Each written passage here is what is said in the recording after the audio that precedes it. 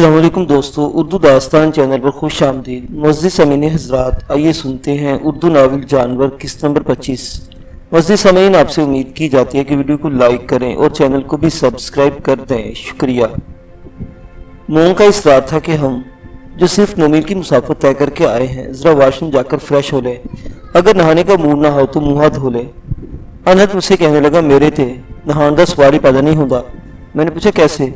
वो हंस के बोला, ओए भोले बादशाह, टाइम किधर, सीख पानी में चला जावे तो फिर जल्दी नहीं सूखता होता, या कहें सुखाना कोई आसान काम है। चल, दाढ़ी को तो अंगीठी के आगे खुश्क भी किया जा सकता है। मोंगली साहब ने वॉशरूम जाने पर एक बार इसरार के तो अनहद बोला, प्यारे नेबर, वॉशरूम जाने की 2 शर्तें मैं पहले ही कितने सालों से पेश करता रहा हूँ। एक तो ये कि आप वाले वॉशरूम में जाऊंगा। फिर उसने आंखें चिल्लाकर इजाफा किया, और दूसरी शर्त आप जानते हो, इस वॉशरूम में मेरी मदद के लिए हमेशा के स्टाफ को मेरे नाल जाना होगा। हा हा हा। मोंगली शर्मिंदा सा होकर ऐसा कहने लगा, तुम तोता है, पैरिट पैरिट, एक ही बात कितने साल से दोहराते हो। यू डर्टी मकबला सीख, छोड़ो, नहीं जाओ वॉशरूम, इधर आओ, मैं तुम्हारे ड्रिंक बनाते हैं। अनहद का मस्खरापन अब तकरीबन खत्म हो चुका था। इसने बहुत हल्की, बहुत कम ड्रिंक ली होगी। बाकी वक्त मोंग से विला के मुस्तकिल मुलाजमों के बारे में पूछता रहा। विला के बाद गोडाउन साइड पर जा जहां मोंग के टिम्बर मास्टर और फोरमैन मजदूरोों को जमा करके हाजिरी लेते और कामों पर भेजते थे, अनहद सिंह ने इसके बारे में भी सवालात किए। वो इन लॉकिंग साइटों के बारे में पूछता रहा जो तेज रफ्तार हाईवे या हाईवे से जोड़ने वाले सड़कों के करीब थी। कहने लगा, अगर कोई हर्ज ना हो तो हम तीनों एक चक्कर लगा लें। हाईवे या लिंक रोडों पर काम करने वाले मजदूरों फोरमैनों से मिलकर हमेशा मेरा जी खुश होता है। मोंग ने गौर से इसका चेहरा देखा, पूछा, क्या बात है, तुम्हारे किसी साइट पे या विला में गॉड फॉरबेड क्या कोई बुरा हो गया है? अनहद सिंह कहने लगा, हाँ, एक स्टेशन वैगन में बैठे हुए बदमाश ने मेरे टर्की फार्म पर पेट्रोल बम फेंक के भाग गए हैं। 250 से ज्यादा टर्की बर्ड जिंदा जल गया। अनहद ने खबर नहीं कहानी किस वक्त बनाई होगी। इसने कहानी इस दुख से बयान की थी कि मोंग बेचारा बहुत देर तक अफसुर्दा रहा। पोर बर्ड, पोर टर्की कह कहकर अफसोस में सर हिलाता रहा। अनहद ने बहुत जज्बाती होकर और जोश में आकर यह भी कहा कि अगर वो स्टेशन वैगन वाले इसके हाथ लग गए तो वह गुरु की कसम वो इन्हें जिंदा रोस्ट करने से कम कोई सजा नहीं देगा। मोंग पूछने लगा, ऐसा बुरा काम कौन कर सकता है और क्यों? अनहद ने सूखा मुंह बना के कहा कि अगले बरस अमेरिका में होने वाली टर्की नुमाइश में वो अपने बर्ड्स भेजने वाला था। बर्मा से और भी 2-3 पार्टियां नुमाइश में शरीक हो रही हैं। इन्हीं में से किसी की हरकत है, ये मेरे आगे नहीं टिकती, इसलिए मैंने इनको रोक लिया। इंक्वायरी पूरी कर लूँ, फिर जवाबी कार्रवाई शुरू करूंगा। इसने जिंदा रोस्ट करने वाली सजा का फिर जिक्र किया। यह सब कहकर इसने मोंग साहिब से ताउन की दरख्वास्त की कि कहा, मैं इतना चाहता हूँ कि इस सूर्य के वो स्टेशन वैगन इस तरफ से निकली है। आपकी विला में किसी ने या लॉकिंग साइट पर किसी आदमी ने उस दिन उस वक्त के लगभग स्टेशन वैगन देखी हो तो बताए, मुझे इनका रूट समझने में आसानी हो जाएगी। मैं अंदाजा लगा लूंगा कि 3 में से कौन सी सुअर पार्टी है, फिर मैं कर लूंगा जो करना है। मोंगली फौरन मुस्तैद हो गया। शराबनोशी के लवाजिम सब हटा दिए गए। मोंगली साहिब ने अपने चीनी हाउस कीपर को बुलाया और इसे हिदायत की कि वो 2-2, 4-4 करके विला के खादमों को जमा करती जाए और कमरे के बाहर खुद अपनी निगरानी में एक एक को हमारे पास छोड़ती जाए। सबसे पहले सवालात अनहद सिंह ने खुद हाउस कीपर से किए। वो एकदम संजीदा होकर इससे बात करता रहा था। लगता था कि शोखी शराब बिल्कुल नहीं जानता। वो हाउस कीपर को बीबी और मैडम कहकर मुखातिब कर रहा था। पूछ रहा था कि उस दिन और उस वक्त के आसपास के जब अगवा करने वालों की स्टेशन वैगन के विला के सामने से गुजरने का इम्कान था, मुख्तलिफ नौकरों की क्या मसरूफियत होती हैं। चीनी औरत ने खूब तफसील से बताया। अनहद नोट करता गया ताकि नौकरों के बयानात मिलाए। अगर कोई नौकर कुछ छुपा रहा हो या झूठ बोल रहा हुआ तो इसकी गिरफ्त हो सके। खुद हाउस कीपर ने किचन और स्टोर में आते जाते बाहर नजर डाली थी और अपनी रो में किचन में भी देखने के लिए बाहर देखा था, तो कभी देखने पर इसे कोई स्टेशन वैगन दिखाई न दी थी। अनहद ने पूछा, ये देखने का तो तुमने बता दिया बीबी, जरा ये भी बताओ, तुम तो खुद अच्छी ड्राइवर हो, ये बताओ तुमने विला के सामने से गुजरती किसी गाड़ी की आवाज, ताकत और इंजन, मतलब स्टेशन वैगन का हो सकता है, ऐसे इंजन की आवाज इस टाइम के बीच सुनी? चीनी हाउस कीपर ने बताया कि आवाज सुनने का कोई चांस नहीं है, इसलिए कि वो काम करते हुए बेड से एक छोटा सा ट्रांसिस्टर रेडियो लटका के घूमती है। इसके हाथ और आंखें कान पर और बाहर की सब चीजों में उलझे रहते हैं और कान सिर्फ रेडियो पर सुन रहे होते हैं। किसी को भी इसकी तवज्जो हासिल करने के लिए या तो आंखों के सामने आना पड़ता है या अगर पीछे से इसके कंधे पर थपकी देनी पड़ती है। इसका मतलब है, अनहद ने तीन निकाला कि अगर इस बीबी को ना देखते हुए वो गाड़ी गुजरी भी होगी तो इसने इसकी आवाज नहीं सुनी होगी। अनहद सिंह ने आखिरी फिक्रे अपने मिजाज के मुताबिक कहे और फिर इस बीबी को जाने दिए। कहने लगा, मैं अब याद रखूंगा कि तुम्हें पीछे से तवज्जो करने के लिए तुम्हारे कंधे से हिलाना जरूरी होता है। हाउसकीपर हंस पड़ी। सहलाना नहीं मिस्टर सिंह, एक बार टच करना काफी होगा। वो ठंडे सांस भर के बोला, कहने लगा चंगा जी, फिर 2 मरतबे टच ही करवा लेंगे। इसके बाद हाउसकीपर ने विला के नौकरों को एक एक करके भेजना शुरू कर दिया। अनंत के पास इनमें से हर एक की मसरूफियत की तफसील मौजूद थी। वो देखता रहा, चेक करता गया। कई चौकीदार समेत किसी ने भी किसी स्टेशन वैगन को विला के सामने वाली सड़क पर से गुजरते नहीं देखा था। हाँ, बात दूसरे टाइप की गाड़ियां जरूर गुजरी थी। लॉगर्स के भारी भरकम ट्रक, खाने पीने की सप्लाई ले जाने वाली गाड़ियां, पिकनिक करने वाले बेफिक्रों की कीमती सेलवन कारें, जीपें, कोस्टर वगैरह, मगर स्टेशन वैगन कोई नहीं थी। अनहद को मिला के सिर्फ चौकीदार की बात अजीब लगी। जिसने कहा था, मैं कोई 20 मिनट के लिए अपने क्वार्टर में गया था। सरदार जी ने पूछा था, और ये 20 मिनट का टाइम वही था जब वैगन यहाँ से गुजर सकती थी। मतलब अगर वो लोग इधर आए हैं तो।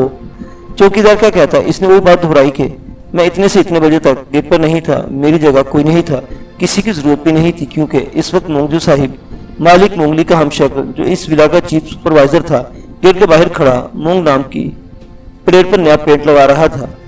अनहद ने मोंग के जो नौकरों के इस फहरिस्त में शामिल नहीं किया था, इसलिए कि इसकी पोजीशन हाउसकीपर से ऊपर की थी। मोंगली ने मोंगजू, जो अपने हमशक्ल को बुलाया, कीमती सेंट की खुशबू के साथ शोक फूलों को डिजाइन वाली एक अयाश किस्म की शर्ट और बादामी डेनिम के खूब तंग सिला हुआ पतलून, सोने की ब्रेसलेट वाली घड़ी, चांदी की बेल्ट और गर्मी लहराते खालिस रेशम के सफेद स्कार्फ में जो चीज कमरे में आई, इसे हम लाहौर, पिशावर वगैरह में खुदरा या हिजरा कह सकते थे। बर्मा में उस जमाने में ऐसे लहराते बल खाते चमकदार शौक कपड़ों वालों को शीप बॉयज कहा जाता था। इस शीप बॉय की शक्ल 80-85% मालिक मोंगली से मिलती थी। एक फर्क यह भी था कि मोंगली बूढ़ा था और ये 24 से 28 वर्ष तक का होगा। वो अपने ऊंची अड़ी वाले 5 रंगे काउबॉय बूट फर्श के मार्बल खटखटाता हाय कहता हुआ आया और मोंगली के सामने बिल्कुल कालीन में टांगे फैलाकर थका थका सा बैठ गया और बैठते बैठते लहराने लगा। अनहद की आंखें शायद से चमकने लगी, मगर उस वक्त काम के मूड में था। इसने कोई फिक्र नहीं लगाया, बल्कि नकली पर असली की फिक्रमंदी से कहने लगा, मुझे पता है मिस्टर मोंग, जो आपकी पूरी शाम बहुत बजी, मतलब मसरूफ गुजरी, पर माय डियर मिस्टर मोंगजू, जरा सा मेरे साथ कोऑपरेट करोगे तो बड़ी मेहरबानी होगी। ये बताओ मिस्टर मोंगजू के, और यहाँ अनहद ने से पूछा कि मोंग साहिब ने फलां दिन इतने बजे से इतने बजे तक आप क्या करते रहे थे? मोंगजू, जो अपने बच्चे के लिए फिक्रमंद नई नई माँ बनने वाली लड़की की तरह मुंह सुखेड़े अनहद सिंह की बात सुना किया, फिर आप नचा के बोला, लेट मी सी। अच्छा, उस टाइम इस टाइम में बड़े फाटक पर खड़ा था मिस्टर सिंह सर, चौकीदार को इसे गेटमैन को वॉशरूम जाने का था। वो मुझे बोल के गया था कि सर मिस्टर मोंगजू प्लीज मुझे अब दी तल क्या बताऊं। मैं मिस्टर सिंह इस टाइम विला की प्लेट पर नया पेंट लगा रहा था। मैं आर्टिस्ट रह चुका हूँ। ऑयल पेंट मेरी खाएं स्पेशल फील थी, तो मैं एकदम मेन गेट पर खड़ा था। कोई लत मिसी, कोई 40 मिनट से भी, और मैं इधर ही था। क्यों, कोई खास बात है मिस्टर सिंह? जो खास बात है, अनहद सिंह ने बता दी।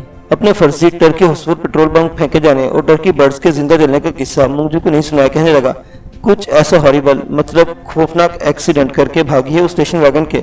मिस्टर मोंगजू, मैं आपको इसकी डिटेल नहीं सुना सकता। ना जी ना, बिल्कुल भी नहीं। आपने सुन के भी होश हो जाना है, इसलिए मेहरबानी करके बता दीजिए कि क्या कोई स्टेशन वैगन आपके होते इधर से गुजरी थी? और जो गुजरी थी तो?